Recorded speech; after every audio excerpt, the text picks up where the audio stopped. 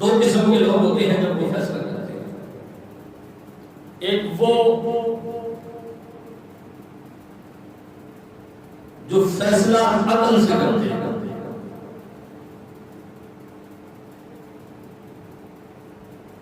یہ تعداد زیادہ ہے، یہ زیادہ نہیں. جو عقل سے فیصلہ کرتے ہیں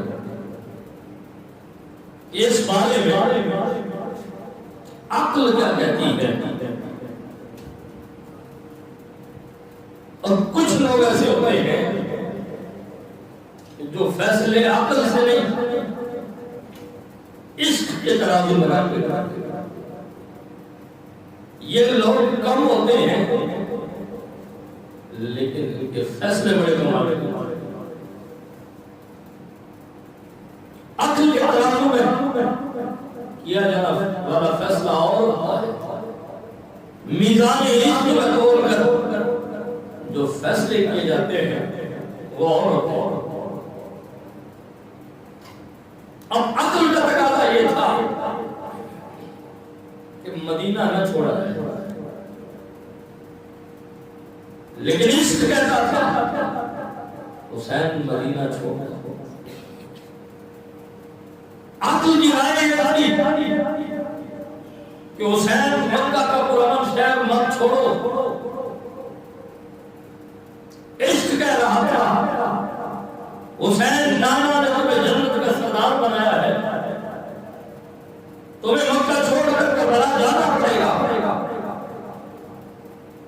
صحابہ کرام امام علی مقام کو ہر مقام پر ہاتھ جوڑ کر ہاتھ باندھ کر روک رہے ہوتے ہیں کہ آپ نہ جائیں، لیکن امام علی مقام کربلا کی طرف بڑھتے چلے جا رہے ہیں. جب بات پتا ہے کربلا میں کٹ جانا ہے، پھر کربلا کی طرف بڑھنے کی بات عقل میں تو نہیں آتی. مثال کے طور پر میں ہوں، آپ ہو، مجھے کوئی بتا دے کہ آپ جب بھی چاندنی چوک جائیں گے تو آپ پر حملہ کر دیا جائے گا، آپ کی جان کو خطرہ ہے. کیا خیال ہے؟ میں اس طرف رخ کروں گا، آپ کریں گے؟ وجہ کیا ہے؟ کیونکہ آپ کہیں گے کہ یہ ہماری جان کو خطرہ ہے. لہذا عقل کا تقاضا یہ ہے کہ اس طرف نہ جایا جائے جہاں جان کو خطرہ ہو. جب امام علی مقام کو نبی نے بتا دیا کہ حسین کربلا میں شہید ہو جاؤ گے، تو پھر امام علی مقام کا میدان کربلا کی طرف بڑھنا اس بات کی دلیل ہے یہ فیصلہ عقل کا نہیں، عشق کا فیصلہ. اور ایک ہوتا ہے عاشق، ایک ہوتا ہے فاسق. امام علی مقام کو پتا ہے میدان کربلا میں کٹ جانا ہے، لاشوں پر گھوڑے دوڑا دیے جا رہے ہیں. عسکر اکبر اور محمد قاسم عباس شہید ہو جائیں گے. نبی سڑ جاتے ہیں، علی سڑ جاتے ہیں، حسین پاک خود اس چیز سے واقف ہے، جانتے ہیں، پتا ہے امام علی مقام کو کہ کربلا میں جائیں گے تو کٹ جائیں گے، کربلا میں جائیں گے تو خاندان کو شہید کر دیا جائے گا. تو پھر امام علی مقام نے کربلا کی طرف سفر کو کیا، پھر کربلا کی طرف کیوں آئے. تو ایک ہوتا ہے عاشق، ایک ہے فاسق. فاسق موت سے ڈرتا ہے اور عاشق خود بڑھ کر موت کو گلے لگاتا ہے. امام علی مقام کا یہ فیصلہ عشق کا فیصلہ تھا. امام علی مقام اس لیے میدان کربلا کی طرف بڑھتے چلے گئے کیونکہ امام علی مقام جانتے تھے یہ ایک موت ہے، ہزار موتیں بھی ہوں حسین کا کچھ نہیں بگاڑ سکتا۔ حسین کی زندگی کو یہ ختم نہیں کر سکتی، کیونکہ زندگیاں ان کی ختم ہوتی ہیں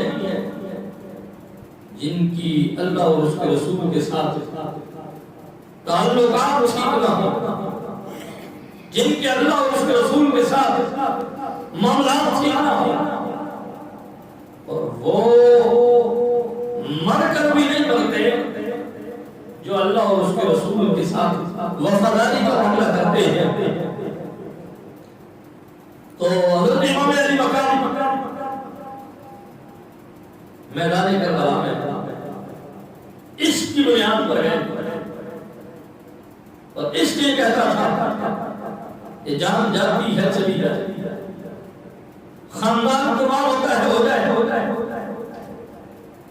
اصغر و اکبر و محمد عباس کی لاشوں میں گھوڑے دوڑائے جاتے ہیں، دوڑائے جائیں، لیکن کربلا کی طرف جانا ہے اور اسلام کو بچانا ہے۔ تھوڑا سا پیچھے چلیں، حضرت سیدنا ابراہیم علیہ السلام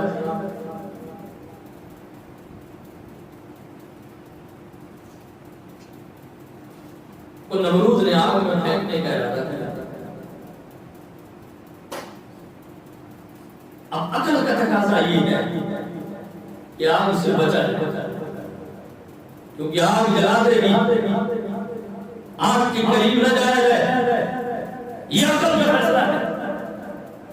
اور جبریل نے آ کر آفر بھی دی کہ اللہ کے خلیل ہے، اگر آپ چاہیں تو میں پر مار کے آگ کو جلا دوں، یہ آگ آپ کو جلائے گی نہیں۔ آپ نے فرمایا نہیں، جانے دو، اگر یار اس کا راضی ہے تو جائیں گے، اگر میرا رب اس میں راضی ہے کہ ابراہیم آگ میں جائے تو فرمایا پھر ابراہیم آگ میں جائے گا۔ اب عقل کا تقاضا تو یہ تھا کہ ابراہیم علیہ السلام جبریل کو فوراً کہہ دیتے بھئی آگ بجھا دے، ختم کر آگ کر، لیکن عشق کا فیصلہ کچھ اور تھا، عشق کے معاملات کچھ اور تھے۔ عقل کہہ رہی تھی آگ جلا دے گی، عشق کہتا ہے کیا کرے گی، زیادہ سے زیادہ جلائے گی نا، لیکن جلنے کے بعد جس کے نام پر جلو گے تم تو جل جاؤ گے، لیکن دنیا تمہیں قیامت تک یاد رکھے گی۔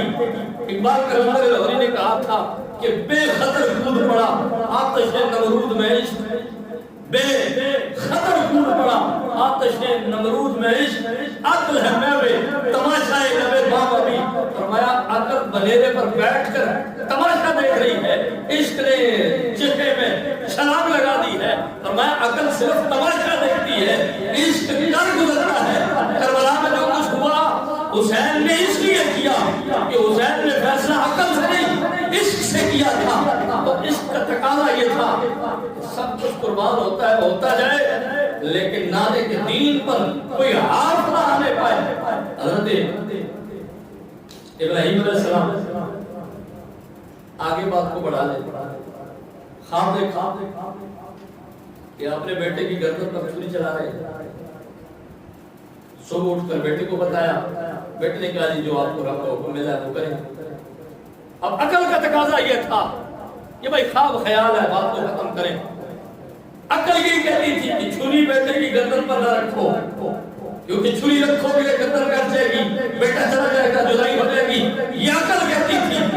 لیکن عشق نے کہا بیٹا اس نے دیا ہے، مانگا اس نے ہے، جس نے دیا ہے اس کے نام پر قربان کرنے میں دیر کیسی ہے؟ ابراہیم چھری چلاؤ، کیوں کہ جس نے دیا ہے اسی نے مانگا ہے، تو اگر دینے میں اس نے کوئی کسر نہیں چھوڑی تو تم چھری چلانے میں کیوں انتظار کرتے ہو؟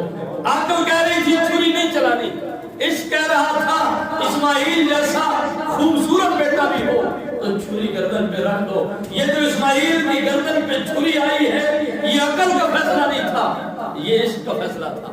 اب اسماعیل علیہ